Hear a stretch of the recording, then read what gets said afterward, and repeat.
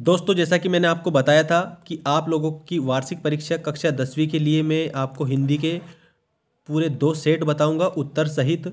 Set ए हमने बता दिया है आपको, ठीक है। उसकी लिंक इसके डिस्क्रिप्शन में दे रखी है, आप देख सकते हैं। और डायरेक्टली भी हमारे चैनल पर विजिट करके, ये जो मेंस एजुकेशन लिखा हुआ है, ये हमारा यूट्यूब चैनल है और टेलीग्राम चैनल भी है, इस पर आप विजिट करके देख सकते हैं। इसके पहले वाला सेट मैंने उत्तर सहित बताया है और ये वापस में 23 प्रश्न इसमें लेकर आया हूँ और उत्तर सहित मैं आपको ये पूरा सेट बताऊंगा। और देख लीजिए आप पहले प्रश्न से लेकर के, तो जैसा आपका वार्षिक परीक्षा का जो पैटर्न है सेम टू सेम वैसे के वैसे ही पैटर्न के आधार पर मैंने बनाया है।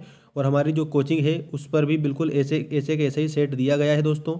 तो आप बिल्कुल 100% ये 23 के 23 ही क्वेश्चन है, देख सकते हैं 23वां क्वेश्चन। और ये इधर नंबर दे रखे हैं, सभी के नंबर वगैरह, सारी की सारी काउंटिंग पूरी 80 के 80 नंबर। और एक एक प्रश्न मैंने पूरी शिद्दत के साथ में आपको बताने का प्रयास किया है। तो आप बिल्कुल पूरा 100% सही हल कर लेना, मतलब उत्तर तो मैं आपको बताऊंगा ही सही। इसके बाद में जैसे मान लीजिए कोई ऐसे क्वेश्चन रहेंगे जिनके उत्तर थोड़े से बड़े रहेंगे, तो वो इसी वीडियो में बताना संभव नहीं हो पाएगा, लेकिन मैं प्रश्न जरूर बताऊंगा, वो मोस्ट प्रश्न रहेंगे, उनको आप याद कर लेना। तो देखिए, मेंस एजुकेशन ये हमारे टेलीग्राम चैनल का नाम भी है, टेलीग्राम चैनल पर आप जुड़ सकते हैं। तो इसका ये पीडीएफ जो है, पीडीएफ आपको मिल जाएगा, ठीक। और ये जो मैं बता रहा हूँ ये आपका सेट बी है और इसके पहले मैंने आपको बता दिया है सेट ए, ठीक है। सेट ए की लिंक इसी के डिस्क्रिप्शन में दे दिए, उस पर क्लिक करके उस वीडियो को भी आप देख सकते हैं। और पूरा 80 नंबर का ये रहेगा उत्तर सहित। और सब्जेक्ट आप देख सकते हैं, सब्जेक्ट है आपका हिंदी, ठीक है। सब्जेक्ट देख सकते हैं, सब्जेक्ट आपका हिंदी है, क्लास 10th है। और सीबीएसई वाले भी इसको देख सकते हैं, क्योंकि जो हिंदी है वो सीबीएसई में सेम ही है। तो अच्छे से आप इसे हल करेंगे। देखिए, पूरा 80 नंबर का पेपर आपके सामने है, सभी प्रश्न हल करना अनिवार्य है। पहले प्रश्न की हम बात करते हैं, पहले प्रश्न से। और चैनल को जरूर सब्सक्राइब कर लेना, ये मैं आपको इसलिए बता रहा हूँ क्योंकि इतनी अच्छी चीज़ आपको और कहीं पर भी देखने को नहीं मिलेगी, इतनी मेहनत और कोई नहीं कर रहा है, ठीक है। देखिए, आप पहला सही विकल्प चुनकर लिखिए। नंद नंदन का प्रयोग किया गया है। नंद नंदन का प्रयोग किसके लिए किया गया है? आपके ऑप्शन है उद्धव के लिए, गोपियों के लिए, कृष्ण के लिए, सूरदास के लिए। तो आपका जो पार्ट 1 है ना, पार्ट 1 उसमें है सूरदास जी के पद, ठीक है। सूरदास जी से हम बात करते हैं थोड़ी सी। तो सूरदास जी की रचनाएं, एक तो सूर सागर, एक है सूर सारावली और एक है साहित्य लहरी, ठीक है। साहित्य लहरी, ये 3 रचनाएं हैं इनकी, जिसमें से जो सूर सागर जो दिया है, सूर सागर, उससे भ्रमर गीत नामक प्रसंग लिया गया है और उसी में कहा गया है नंद नंदन।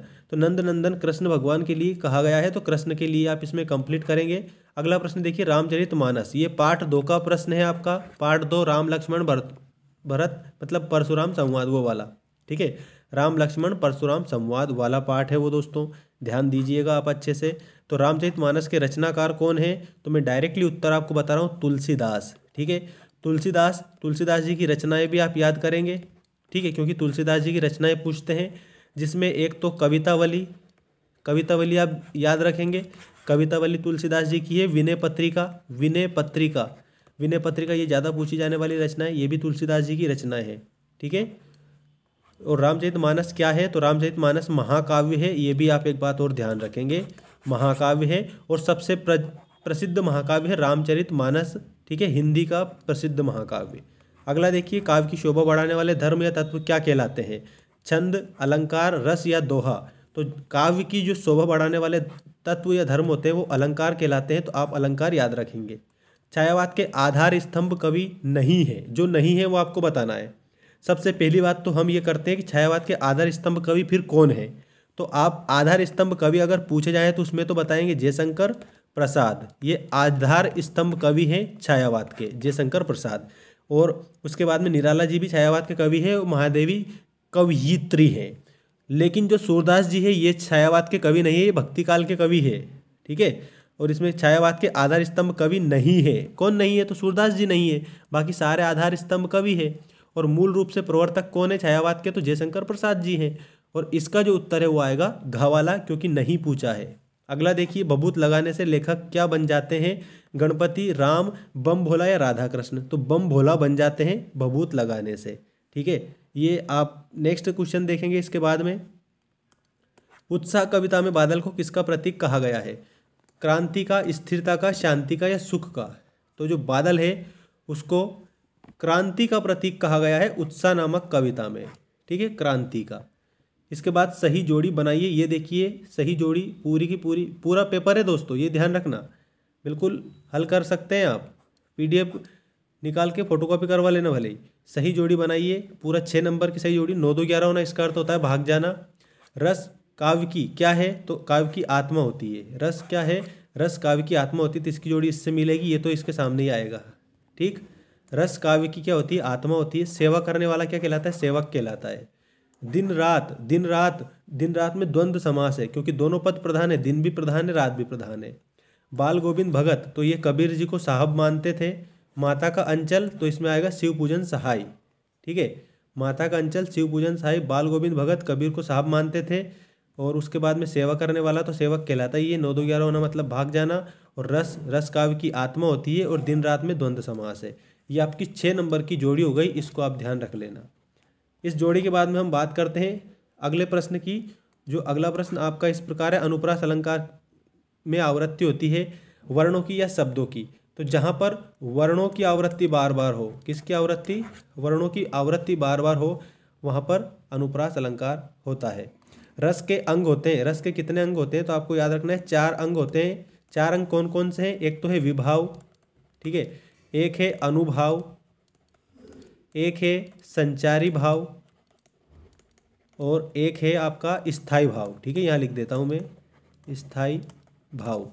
कौन कौन से, अनुभाव, विभाव, संचारी भाव और स्थायी भाव, ये रस के 4 अंग है। तो ये दूसरा है, इसमें आप याद रखेंगे 4। ठीक है, अगला है पत्तों से लदी, कहीं हरी कहीं लाल, तो यहाँ पर आएगा डाल। ठीक है, माता का अंचल नामक उपन्यास अंश से लिया गया है, तो आप याद रखना इसमें देहाती दुनिया आएगा। क्या आएगा, देहाती दुनिया। ऑप्शन नंबर ये वाला यहाँ पर जो दिया है देहाती दुनिया, ये आएगा। सर्वाधिक लोकप्रिय महाकाव्य कौन सा है, कामायनी है या महाभारत है, तो महाभारत है, महाभारत। ठीक है, कभी लेखक दबाव में भी लिखता है, आंतरिक या बाहरी, तो कभी जो लेखक है वो आंतरिक दबाव में भी लिखता है। ठीक है, आंतरिक दबाव में भी लिखता है। इसके बाद में नेक्स्ट क्वेश्चन आप देखिए, सत्य असत्य लिखिए। सत्य असत्य लिखिए, सूरसागर सूरदास की रचना है, ये बिल्कुल सही है, सत्य लिखेंगे आप इसमें। अगला है तारकेश्वरी भोलानाथ थे, ये भी बिल्कुल सही है, तारकेश्वरी भोलानाथ थे। महाकाव्य खंड काव्य से बड़ा होता है, महा मतलब बड़ा, मतलब ये भी सही है, सत्य है। जॉर्ज पंचम की नाक पाठ में सरकारी तंत्र पर व्यंग किया गया है, दिल्ली में सब कुछ था नाक नहीं थी, ये बिल्कुल सत्य है दोस्तों, ये भी सही है। कन्यादान कविता में माँ बेटी को परंपरा से हटकर सीख देती है, कन्यादान कविता में माँ बेटी को परंपरा से हटकर सीख देती है, ये बिल्कुल सही है। ठीक है, और जयशंकर प्रसाद छायावाद के कवि, बिल्कुल जयशंकर प्रसाद छायावाद के कवि, ये भी सही है। और उसके बाद बाल गोविंद भगत गीतों में प्रभु मिलन का भाव होता है, ये भी सही है, क्योंकि वो कबीर के भजन गाते थे। देखो आपको मैंने ये इतने सारे सही सही क्यों दिए हैं, इसके पीछे एक रीज़न ये है कि आप 7 सत्य असत्य जो है उनको ना याद करके सही सही याद करेंगे। ठीक है, तो 7 प्रश्न आपके ये कंप्लीट हो जाएंगे इससे। कितने, 7 प्रश्न। 7 प्रश्न कैसे कंप्लीट होंगे, सूरसागर किसकी रचना है, तो ये आप बताएंगे सूरदास की रचना है। तारकेश्वर का अन्य नाम क्या था, भोलानाथ, मतलब भोलानाथ का अन्य नाम क्या था, तारकेश्वरनाथ। एक ये दूसरा प्रश्न आपका कंप्लीट होगा ऐसे। महाकाव्य खंड काव्य से बड़ा होता है, तो महाकाव्य बड़ा होता है या खंड काव्य, तो आप बताएंगे महाकाव्य। ऐसे ये 7 प्रश्न आपके कंप्लीट हो रहे हैं, इसलिए मैंने सही सही दिए हैं आपको सारे। जॉर्ज पंचम की नाक पाठ जो है किस पर व्यंग किया गया है, तो सरकारी तंत्र पर व्यंग किया गया है। कन्यादान कविता में माँ बेटी को क्या सीख देती है, परंपरा से हटकर सीख देती है। और जयशंकर प्रसाद कौन से काल के कवि हैं, तो छायावादी काल के कवि, छायावाद के कवि है। और बाल गोविंद भगत किसके गीतों में को गाते थे, तो प्रभु के गीतों को गाते थे, कबीर को साहब मानते थे। तो ऐसे 7 प्रश्न आपके कंप्लीट हुए, ये 7 के 7 ही सत्य है, एक भी गलत नहीं है इसमें। अगला प्रश्न देखिए, क्वेश्चन नंबर 5। क्वेश्चन नंबर 5 और 5, इसमें 7 क्वेश्चन दिए हैं, 7 ही क्वेश्चन के उत्तर।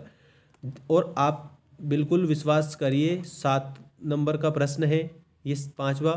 और आप लोगों का जो वार्षिक परीक्षा का जो पेपर आएगा ना, मेरे इन दोनों सेट को आप बिल्कुल फोटोकॉपी करवा लो, भले PDF में भेज दूंगा टेलीग्राम पर, मेंस एजुकेशन टेलीग्राम है, फोटोकॉपी करवा के याद कर लो। एक एक प्रश्न 80 नंबर में से 80 नंबर आ जाएंगे, क्योंकि ऐसे पैटर्न ये का यही रहेगा। क्वेश्चन आपने पढ़े ही हैं और इसमें का ही आपको पेपर देखने को मिलेगा। वार्षिक परीक्षा के पेपर को मैच कर लेना, ठीक है।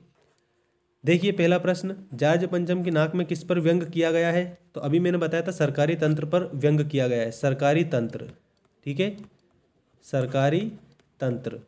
अगला है नाक किसका द्योतक होती है?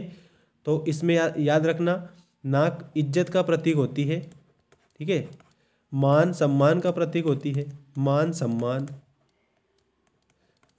इसके बाद मेरे द्वारा पुस्तक पढ़ी जा रही है में कौन सा वाच्य है? मेरे द्वारा, इसमें कर्म वाच्य है। कौन सा वाच्य है? कर्म वाच्य है। शांत रस का स्थायी भाव क्या है? तो शांत रस का स्थायी भाव निर्वेद होता है। क्या होता है? निर्वेद होता है। वाच्य में कितने प्रकार होते हैं? वाच्य कितने प्रकार के होते हैं? तो याद रखना 3 प्रकार के होते हैं, कर्तवाच्य, कर्मवाच्य और भाववाच्य। वर्णों के सार्थक समूह को क्या कहते हैं? वर्णों के सार्थक समूह को शब्द कहते हैं। गोस्वामी तुलसीदास जी का जन्म कब हुआ था? आपको गोस्वामी तुलसीदास जी का जन्म बताना है। ये आपका 1535 ईस्वी में, ठीक है, ऐसे आपको याद रख लेना है। अगला है, और एक बार मैच जरूर कर लेना, गोस्वामी तुलसीदास जी का जो जन्म है उसमें थोड़ा सा कन्फ्यूजन है, 1535 1623 इसमें कन्फ्यूजन हो जाता है, क्योंकि 1623 में मृत्यु और उसके बाद में 1532, ठीक है, हाँ 1532 बिल्कुल। ये जो प्रश्न है इस पर ध्यान दें आप वापस थोड़ा सा। गोस्वामी तुलसीदास जी जो है इनका जन्म 1532, ठीक है, एक मिनट, 1532 और 1623, ठीक है, ये आप एक बार मैच कर लेना। ये एक तो जन्म है और एक मृत्यु है, 1532 में तो जन्म, 1623 में मृत्यु, बिल्कुल 100% कंप्लीट है वो। और अब देखिए माँ बेटी को क्या सीख देती है? फागुन में ऐसा क्या होता है जो बाकी ऋतु में नहीं होता है? उद्धव के व्यवहार की तुलना किससे की गई है? परशुराम के क्रोध करने पर, धनुष बाण के टूट जाने पर लक्ष्मण जी ने कौन कौन से तर्क दिए थे? नई कविता की विशेषताएं। और देखो नंबर ये यहाँ दे रखे हैं इसके इधर, ये जो नंबर है ना, ये नंबरिंग यहाँ पर सारे 2-2 नंबर के ही हैं, ऐसे भी इनको याद रखना, ठीक है। अब अगला मैं बता रहा हूँ, चौपाई छंद देख लीजिए। चौपाई छंद के ऊपर, अच्छा ये प्रश्न थे, 8वां क्वेश्चन देखिए। नई कविता की विशेषता, भक्तिकाल की विशेषता, फादर की उपस्थिति, देवदार की छाया जैसी, तुलसीदास के काव्य की 3 विशेषता बतानी, चौपाई छंद की परिभाषा उदाहरण से दीजिए। तो याद रखना चौपाई एक सममात्रिक छंद है, इसके प्रत्येक चरण में 16-16 मात्राएं होती है। कितनी मात्राएं होती है? 16-16 मात्राएं होती है।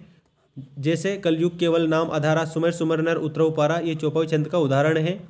मात्रा गिन लोगे आप, 16-16 मात्रा होगी प्रत्येक चरण में। दोहा छंद की परिभाषा उदाहरण सहित दीजिए। तो पहले और तीसरे चरण में 13-13 मात्रा, दूसरे और चौथे चरण में 11-11 मात्रा होगी, ठीक है, 11-11 मात्रा होगी। वहाँ पर दोहा होगा, चलती चक्की देखकर दिया कबीरा रोई, 2 पाटन के बीच में साबुत बचाना कोई, ये दोहा की परिभाषा है, मतलब उदाहरण है। इसके बाद में देखिए अलंकार किसे कहते हैं? अलंकार के भेद बताइए। काव्य की शोभा बढ़ाने वाले धर्मों को अलंकार कहते हैं। अलंकार के मुख्यतः 3 भेद होते हैं, शब्द अलंकार, अर्थ अलंकार और उभय अलंकार, ठीक है। इसके अथवा में उपमा अलंकार की परिभाषा है। और लेखक ने फादर बुल्के को मानवीय करुणा की दिव्य चमक क्यों कहा है? मन्नू भंडारी के पिता रसोई को भटियार खाना क्यों कहते थे? और इसके बाद में अगला प्रश्न देखिए, बच्चे माता पिता अपने प्रेम को कैसे व्यक्त करते हैं माता पिता के प्रति?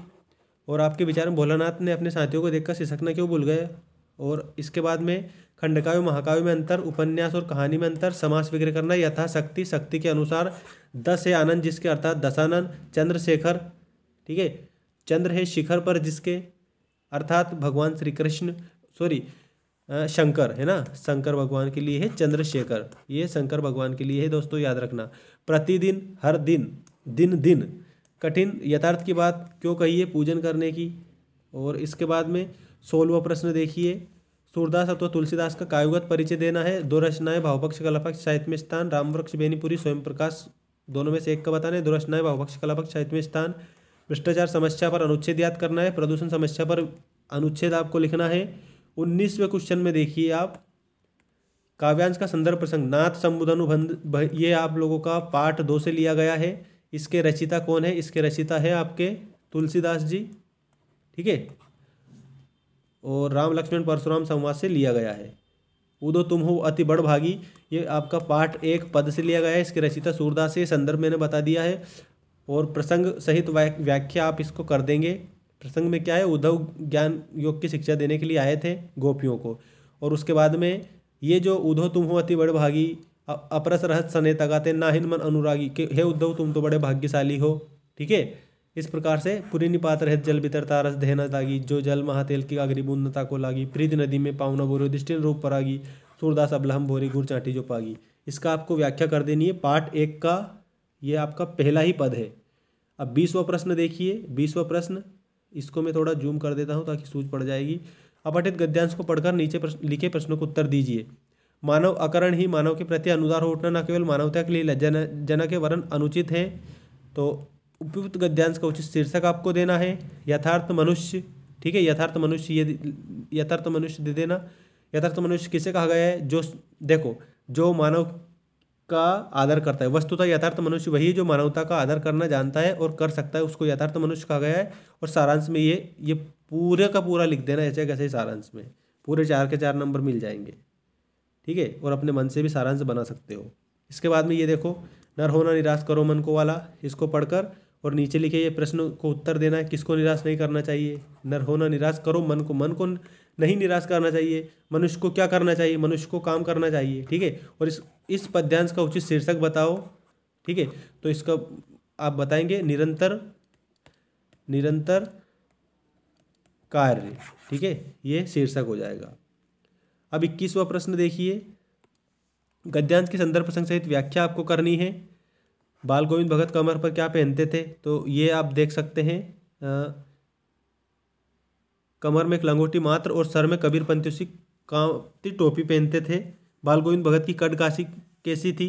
तो बिल्कुल ये दाढ़ी लंबी, दाढ़ी जटाजूट तो नहीं रखते, किंतु हमेशा उनका चेहरा जगमग रहता था। ठीक है, तो गोरे चिट्टे थे ये, ऐसे ये कदकाठी वाले। और भगत की उम्र कितनी थी? तो 60 साल। ठीक है, ये आप ध्यान रखना। इसके बाद में ये नेताजी का चश्मा वाला, वो बार बार चश्मा लगा देते थे, कैप्टन वाला। ये चश्मे, ये ऊपर वाला पढ़ के और नीचे वाले उत्तर देने। चलिए आपको इसका उत्तर भी बता देता हूँ। अब हालदार साहब को कुछ बात समझ में नहीं आई। एक चश्मे वाला है जिसका नाम कैप्टन है। चश्मे वाले को नेताजी के बगैर चश्मे वाली मूर्ति बुरी क्यों लगती थी? तो देखो, इसलिए उन्हें लगती थी बुरी ताकि वो नेताजी जो है देशभक्ति की भावना उनके अंदर थी, और कैप्टन जो है, कैप्टन नेताजी को एक सच्चा देशभक्त मानता था, इसलिए उनकी मूर्ति पर चश्मा उसको अच्छा नहीं लगता था। कैप्टन कौन था? तो वही जो ये देखिए चश्मे वाला, एक चश्मे वाला जिसका नाम है कैप्टन। कैप्टन किससे क्षमा मांगता है? तो नेताजी से क्षमा मांगता है, ये यहाँ पर देखिए। ठीक है, ऐसे। अब 22वां और 23वां लास्ट क्वेश्चन देख लीजिए, दोनों 4-4 नंबर के हैं। ये आप याद करेंगे। वार्षिक परीक्षा की तैयारी के संदर्भ में अपने पिताजी को पत्र और अपने प्राचार्य महोदय को स्थानांतरण प्रमाण पत्र प्राप्ति हेतु आवेदन पत्र लिखना है। 23वां प्रश्न देखिए, निम्नलिखित में से किसी एक विषय पर 100 से 120 शब्दों में निबंध लिखिए। मेरा प्रिय खेल, विज्ञान के चमत्कार, विद्यार्थी जीवन और अनुशासन और पर्यावरण प्रदूषण। ठीक है, ये आप लोग अच्छे से पूरा का पूरा सेट मैंने 80 नंबर का आपको बता दिया है, और 80 नंबर में से 90% उत्तर मैंने आपको बता दिए हैं। ये भी आप ध्यान रखें, बाकी सारे प्रश्न आपने पढ़े ही हैं। और अगर आपको ये PDF चाहिए, पूरा का पूरा PDF अगर आपको चाहिए तो बिल्कुल आप कमेंट करके बताएंगे। चैनल को सब्सक्राइब कर लेना। और ये आपका सेट कौन सा था? ये आपका सेट B था। ठीक है, इसके पहले मैंने सेट A अपलोड कर दिया था। ठीक है, और देखो ये मैं आपको जूम करके इसलिए बता रहा हूँ ताकि आपको पूरी सूझ पड़ जाए अच्छी तरह से। मेंस एजुकेशन हमारे टेलीग्राम चैनल का नाम है, जिस पर ये PDF आपको मिल जाएगा। कमेंट करके ज़रूर बता देना उस पर। टेलीग्राम चैनल को ज्वाइन करोगे ना, उसके बाद में आप कमेंट करके मुझे बताइए कि आपको PDF की आवश्यकता है। अगर आपको PDF की आवश्यकता है तो ये ऐसा कि सही PDF मैं आपके पास में सेंड कर दूंगा, आप बिल्कुल सारा का सारा कंप्लीट कर सकते हो। ठीक है, मिलते हैं नेक्स्ट वीडियो में दोस्तों। चैनल को सब्सक्राइब जरूर कर लेना, अपने दोस्तों के साथ भी शेयर करना, उनको भी बोलना सब्सक्राइब करें ताकि उनको भी कक्षा 10वीं के दोनों को दोनों सेट मिल जाए। और इसके बाद में संस्कृत जो है आपकी, संस्कृत का भी ऐसा कैसे हल सहित सेट पेपर मैं आपको उपलब्ध करवा दूंगा। ठीक है, मिलते हैं नेक्स्ट वीडियो में दोस्तों। जय हिंद, जय Bharat. Thanks for watching, take care all of you, best of luck for your examination.